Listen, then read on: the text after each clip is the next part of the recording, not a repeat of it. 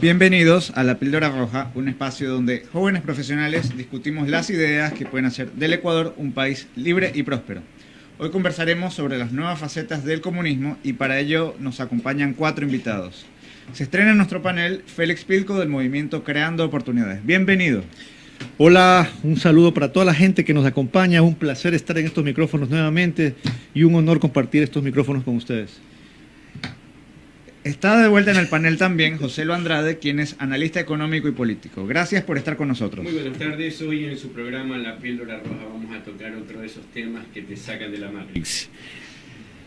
Es un placer tener a Jorge Chuya, quien es investigador del Instituto Ecuatoriano de Economía Política. Muy buenas tardes, Gustavo y queridos reoyentes. Es un placer estar con ustedes aquí. Y se estrena también hoy en el panel José Javier Trujillo, quien es empresario. Bienvenido a La Píldora Roja. Gracias, Gustavo. Más bien emprendedor, por empresario suena un poco elevado, pero muchas gracias por la invitación. Pero hacia eso tienes que ir, ¿no? Hacia eso vamos, así es. Encantado que estés aquí. Me parece que no escuchaste eso del orgullo de ser empresario. De México vinieron a darte esa charla. De México. Enseguida comenzamos a discutir, pero antes revisamos el punto de mira. El fracaso del comunismo es ampliamente conocido. De hecho, es la ideología política más sangrienta de la historia. Se estima que entre 43 y 162 millones de personas fueron asesinadas o murieron de hambre en su nombre. En la etapa más sangrienta de la Unión Soviética se mataban a más de 150 personas por hora. Ucrania perdió 4 millones de personas debido a la hambruna impuesta por Stalin, mientras que en los años 50, en las matanzas masivas de Mao, murieron hasta 45 millones de chinos. Hoy en La Píldora Roja nos preguntamos por qué, a pesar de las terribles atrocidades que se cometieron bajo la bandera del comunismo, esta todavía sigue gozando de cierta aceptación, especialmente entre los más jóvenes. Hoy los crímenes y las fallas del comunismo son mucho más reconocidos que en el pasado. Sin embargo, esta ideología todavía no genera el mismo rechazo que el nazismo, que es igual de repugnante. Desde su punto de vista, ¿a qué se debe esto? A ver, me toca a mí en primer lugar. A ver, amigos, esto es fácil. El comunismo tiene un discurso fácil de vender, porque a la gente le encantan las ideas que les llama una igualdad. O sea, lamentablemente vivimos en sociedades donde la gente no aprecia y no valora el esfuerzo individual como mecanismo y motor del desarrollo tanto de la familia, tanto del individuo y tanto de la sociedad. Y siempre hay políticos que utilizan este discurso comunitario para aprovecharse de la inocencia de la gente y cuando ellos acceden al poder, enriquecerse ellos a costa del resto, con un poder absoluto y con unas ínfulas de casi semidioses, donde nadie puede estar contradiciéndolos porque son víctimas de persecución, de desaparición o asesinato. Hoy en día, con la tecnología, existen otro tipo de herramientas de coartar la libertad de expresión y de poder someter a las sociedades, lógicamente, pero ciertamente esta ideología comunista que va muy ligada al populismo y que utilizan estas frases que son muy trilladas, de que dicen que esta es la lucha entre clases, la lucha entre el bien y el mal, la lucha entre el rico y el pobre. Lo que ocasionan es pobreza, persecución, hambre y subdesarrollo. Si no, veámonos, amigos, en el espejo de lo que era la China del siglo pasado hasta la década del 70, los niveles de pobreza extrema, persecución, asesinato que tenía, o la ex Unión Soviética y todos los países soviéticos, por no hablar de Cuba y del famoso socialismo del siglo XXI, que es un poco el primo hermano, por no decir el ñaño directo del comunismo, y fijarnos cómo hoy en día hay una masa impresionante de venezolanos que salen huyendo hacia otros países, porque este modelo ha fracasado significativamente y no ha generado el bienestar que tanto ellos pululaban, sino al contrario, fracasaron.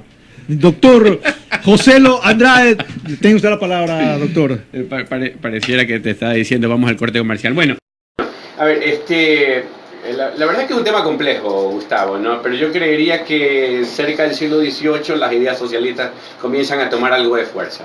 Comienzan a surgir personas que empiezan a analizar qué era lo que estaba sucediendo a su alrededor. Estamos a vísperas de la revolución industrial, van a haber cambios significativos en los estándares de vida de las personas existentes, sobre todo en Europa, ¿ya? Y algunos escritores, algunos pensadores, algunos reconocidos, o bueno, posteriormente reconocidos intelectuales, yo diría intelectualoides, comienzan a escribir acerca de la desigualdad, comienzan a escribir acerca de algo que estaba pasando frente a sus ojos, pero de lo cual no tenían una lectura correcta. Los intelectuales tomaron la vanguardia, se adueñaron de las tesis y trataron de expresarle o contarle a la humanidad, esto fue lo que sucedió. La revolución industrial nos trajo pobreza, nos trajo proletariado, nos trajo desigualdad. ¿Qué estaba sucediendo en realidad? El mundo estaba cambiando y estaba cambiando para bien. Había más prosperidad, habían cambios en todos los estándares o indicadores, para bien, por supuesto. Y el relato con respecto a lo que sucedió en ese siglo, en el siglo XVIII, en lo concerniente a la revolución industrial, fue significativamente importante para lo que entendimos, para lo que se entendió en ese tiempo y lo que se entiende ahora. Luego, el relato sigue siendo fundamental, porque son aquellos que nos relatan qué sucedió en la historia los que nos hacen vivir una especie de ficción. Particularmente los socialistas de todos los tiempos han hablado de la construcción de una sociedad ideal.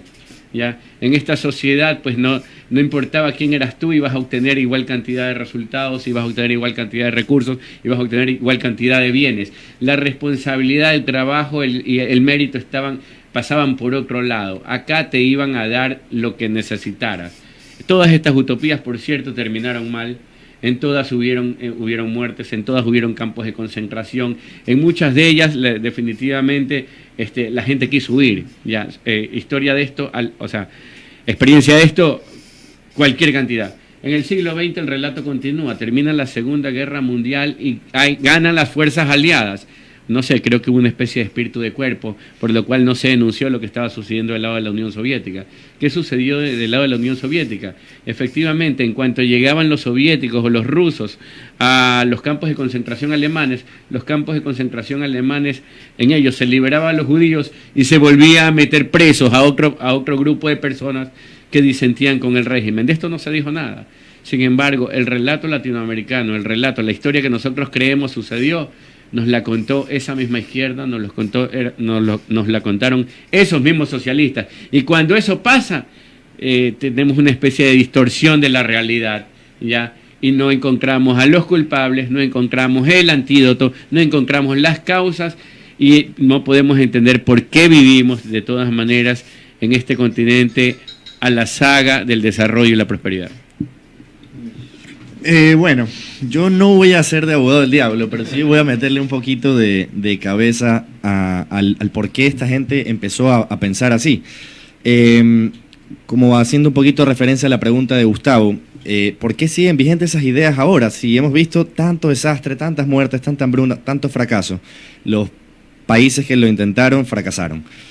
Creo yo que situándome en el momento que tú estabas relatando, José, de la revolución industrial, cómo empieza a cambiar el mundo, cómo empieza a producirse en masa, cómo empiezan a organizarse y a mejorar los estándares de vida, es un proceso lento. Obviamente, no es de la noche a la mañana todo el mundo empezó a ser rico. Y esta gente que, pues sabemos que Marx y Engels eran gente acomodada, nacieron no de una familia pobre ni del proletariado, sino... Eran burgueses. Eran burgueses, precisamente. Entonces yo creo que eran una especie de millennials de la época, que vieron lo que pasaba alrededor desde una perspectiva del, entre comillas, opresor, y dijeron, esta vaina tiene que cambiar. Obviamente, desde ese punto, de ese momento en la historia, es difícil ver cómo se va a desarrollar en el futuro. Pero su, entre comillas, también lucha, nace de una injusticia, de un deseo de revancha, de reivindicación, frente a lo que ellos consideraban injusto, que puede ser que nosotros también lo veamos objetivamente como injusto en ese momento. La gente trabajaba todo el día, no descansaba, no tenía días de descanso y ganaba lo justo para sobrevivir. Entonces, de ahí en adelante, lo que ellos crean para tratar de igualar o mejorar las cosas para todos es equivocado, estoy de acuerdo. Pero parte de una idea humana, que estoy de acuerdo con Félix también, es fácil de vender, de decir, ¿por qué otro tiene que estar encima tuyo? ¿Por qué otro tiene que ser más poderoso que tú porque nació rico? Entonces, creo que ese mensaje sigue vigente porque todavía no hemos alcanzado un desarrollo suficiente para poder abrir oportunidades a todo aquel que se esfuerce. Hoy en día podemos encontrar, lo conversábamos hace un momento, encontrar gente que se esfuerce mucho después de su educación primaria y secundaria y que no logra ascender. Pero no porque le falta ganas o preparación, sino porque todavía hay fallas en el sistema que no ofrecen oportunidades a todos. Y ese poder se sigue consolidando o en el Estado o en algunas élites. Bueno, de manera muy breve, yo creo que el apoyo al comunismo en estos días nace o ocurre a partir de un sesgo cognitivo hacia lo que se puede denominar como el pesimismo, que es autores como Steven Pinker y John Norbert ya lo han estudiado en sus libros. Yo creo que nace a partir de este sesgo que tenemos las personas acerca de creer el mundo está peor o estamos mucho peor que antes, hay más pobreza y más hambruna, y es porque las causas son que el sistema capitalista nos está oprimiendo, tenemos un sistema educativo que nos invita a ser solamente muñequitos de la caja y no poder salir afuera de ella. Entonces, este sesgo que nos hace pensar este tipo de cosas, las personas terminamos buscando quizás no un salvador, pero terminamos buscando una respuesta. Y aquí es donde llega la idea esta del comunismo, que justamente como lo mencionó Félix y José Javier, es muy fácil de vender, ¿no? Una idea en la que te dicen, mira, esto está pasando acá y está todo mal, o hay más enfermedades, hay más pobreza, porque tu empresario no está pagando por lo que estás produciendo, porque hay una explotación laboral, porque ocurre ciertas cosas que al final del día eso es una respuesta fácil y rápida para que tu cerebro reaccione y diga, ¿sabes qué? Quizás por acá tienen algo interesante o algo de verdad. Ahora, al final del día, después de un tiempo, bueno, las personas dependiendo de si han querido salir un poco más de su burbuja y empezar a investigar, a leer, creo que se van abriendo de ese sesgo, que es algo que todos hacemos, pero para mí nace a partir de esto, y luego lo que comunicaba Félix y José Javier. Bien, si bien hoy el comunismo no es un proyecto político que se tome tan en serio como en el pasado, todavía es muy habitual ver a personas de cualquier clase social usando camisetas del Che Guevara. Incluso daría la impresión de que esta corriente de extrema izquierda se haya reinventado en el siglo XXI adoptando nuevas causas. En su opinión, ¿cuáles son estas causas y cómo las han adoptado? Yo quisiera decir lo siguiente, porque cuando se hablaba aquí hace un momento de lo que hay en la realidad y lo que interpretamos de ella, recuerdo esta película Diarios de motocicleta que hubo por aquí, por América Latina, pasó, en la que supuestamente el Che Guevara andaba por América Latina dando vueltas en bicicleta. Gael García Bernal hace el papel del Che Guevara. Efectivamente, el tipo aparentemente veía pobreza, miseria, yo qué sé, y a esto le asignaba causas y por lo tanto también le diagnosticaba soluciones. El problema es que ante ese mismo fenómeno o realidad, el tipo no tenía idea de qué daba lugar a eso. Y ese es el problema de los socialistas de todos los tiempos. Justamente hoy día sostenía en Twitter que no se puede ser socialista y economista al mismo tiempo, porque si eres socialista no entiendes economía, y si entiendes de economía tienes que abandonar el socialismo. Es así de sencillo. En cuanto entiendes cuáles son las causas de la prosperidad, automáticamente tienes que abandonar cualquier intención socialistoide o marxista. Coincido contigo, Marx no está vigente una especie de nuevo conjunto de temas, entre ellos el del calentamiento global, entre ellos el de la equidad de género, entre ellos el de, no sé, incluso temas como las transnacionales, la globalización. Esas son las nuevas banderas de lucha de esta gente, porque no pudieron mostrarle al mundo que una economía de mercado genera más miseria, porque las tesis marxistas no se cumplieron ninguna. O sea, el capitalismo no fracasó, no aumentaron las contradicciones, no hubo revolución, no hubo revuelta del proletariado, en ningún lado tomaron el poder realmente se mantuvieron y generaron algo en lo que dijeron que iban a sostener. La verdad es que como no pudieron como no pudieron crear al hombre nuevo porque es antinatura, ya decirle a alguien no te quedes con el esfuerzo de tu trabajo, tuvieron que reinventarse. Y sí, se reinventaron. Se llama socialismo del siglo XXI, por ejemplo. Ya se reinventaron, dijeron calentamiento global y se reúnen a gritar estupideces frente a una serie de instituciones internacionales. Sí, se reinventaron, pero algo todavía tienen en común. Jamás han aceptado la responsabilidad de su vida.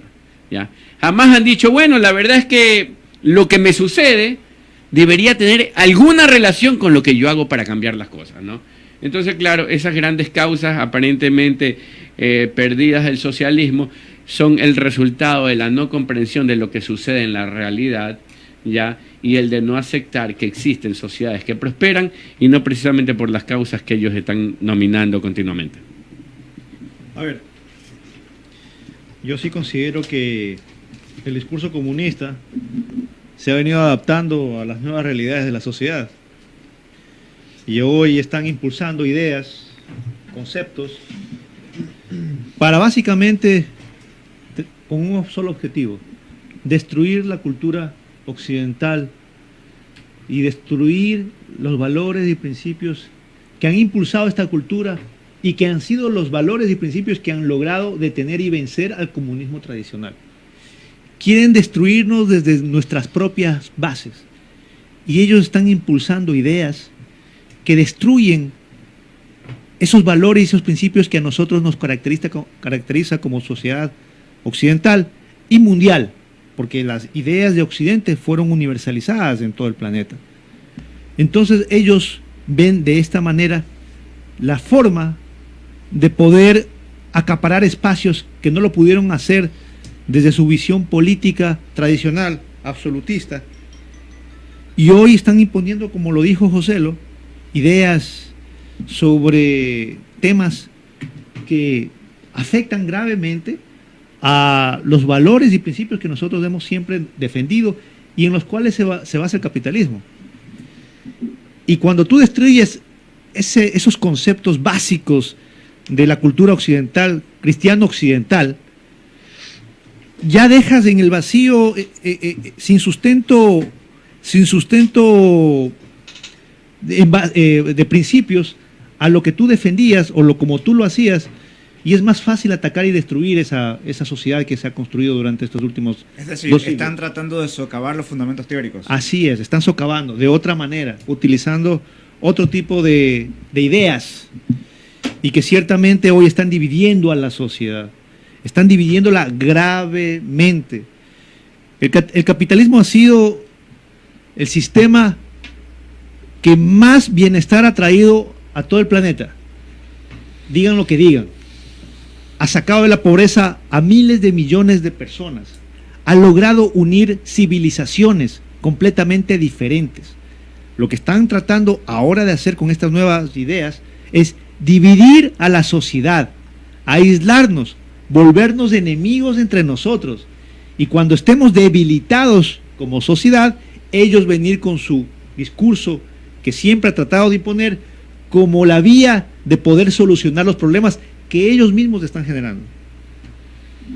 Bueno, para acotar lo que mencionaba Félix, justamente sí, yo creo que en la actualidad el discurso comunista se ha movido a lo económico sobre lo cultural, justamente algo que se puede denominar como marxismo cultural, en el sentido de bueno, es la cultura de Occidente la que ha estado aplacando o socavando las demás culturas, especialmente los pueblos indígenas. Hay derechos o no se reconocen a ciertos grupos minoritarios porque existe una cultura que es patriarcal o es puramente económica, que no permite a estas minorías subir a otros estratos sociales. Entonces, yo creo que básicamente ese es el discurso que se está manejando dentro de estas ramas culturales hoy en día. Si bien es cierto, sí considero que quizás están equivocados. O sea, no veo el enfoque correcto de decir que bueno, todo es culpa de la cultura o somos oprimidos por ella, etcétera, etcétera. Y creo que no hay nuevas luchas en la actualidad, como lo mencionaba incluso José, como el calentamiento global o la equidad de género, que yo creo que tienen algo algo que se puede rescatar, cosas muy valiosas como buscar la igualdad entre todos, buscar un medio ambiente mejor. O sea, son fines que todos queremos en realidad. ¿Te parecen nobles? Que parecen nobles. Y yo creo que el problema no son estos tipos de proyectos, vamos a ponerlo de una manera como tales, sino son que ciertos grupos minoritarios entran también dentro de estos proyectos y empiezan con ese discurso bueno, es que no, esto pasa aquí porque nos está oprimiendo la cultura del occidente y porque necesitamos rebelarnos contra ello. Entonces, creo que siempre lo bueno o lo que se debe hacer de partir de ahora es tratar de ver de dónde nacen, cuáles son estos grupos minoritarios que están promoviendo esto de aquí y ser más cautelosos con eso. Para luego, yo creo que todos vamos a buscar el mismo fin, pero tratar de ser más cautelosos en los medios en cuanto a eso. Mira, voy tomando cosas que han dicho todos, porque la verdad todos los puntos de vista me parecen súper interesantes. Yo creo que hay una causa-efecto superficial, que es un poco lo que decía José, lo que la gente no aprende a tomar responsabilidad de su vida, de como individuo. ¿A qué me refiero con esta causa-efecto superficial? ¿Sabes qué? Hay muchos, para poner un ejemplo, hay muchos ladrones en moto, prohibamos las motos. O sea, no vamos a la raíz del problema, estamos quedando y nos venden esa idea. Entonces es muy fácil echar la culpa a lo primero que se percibe como la causa del problema, pero no vamos más a fondo. Entonces yo no creo que la gente tenga una idea de quién fue el Che Guevara. Yo estoy completamente convencido que la gente no tiene idea quién fue. ¿No tiene idea que fue un asesino, que fue un criminal, que le encantaba fusilar a gente? Jamás. Solo déjame decir una cosa porque veo que estamos llegando al final del programa. Tal vez se ha mencionado aquí que hemos tenido un problema de venta, pero debemos estar totalmente conscientes de lo siguiente. Nosotros, los que creemos en la libertad, tenemos un mejor producto y lo hemos probado a lo largo de la historia. Nuestro producto genera prosperidad, el de ellos no. Bueno, por todo lo expuesto podemos concluir que el comunismo se tradujo en una dictadura política y en miseria económica. Sin embargo, en la actualidad, los comunistas se han transformado en defensores de los derechos humanos, del feminismo, del medio ambiente, de los pueblos indígenas y de la democracia, aparentemente. Es decir, aparentan defender todas las causas que se ocuparon de masacrar en los países donde se aplicó el comunismo. En definitiva, es lamentable que mucha gente crea que lo malo del comunismo es solo el estalinismo. Ciertamente es necesario que desde estos espacios se haga la tarea de desenmascarar este engaño. Esto ha sido todo por hoy. Muchas gracias por acompañarnos esta tarde en La Píldora Roja. Como cada semana, en nuestros próximos programas continuaremos conversando sobre los temas que pueden hacer del Ecuador un país libre y próspero. En nombre del panel se despide de ustedes Gustavo Izurieta. Les mando un fuerte abrazo y nos vemos el próximo lunes. El siguiente es un espacio publicitario, clasificación P.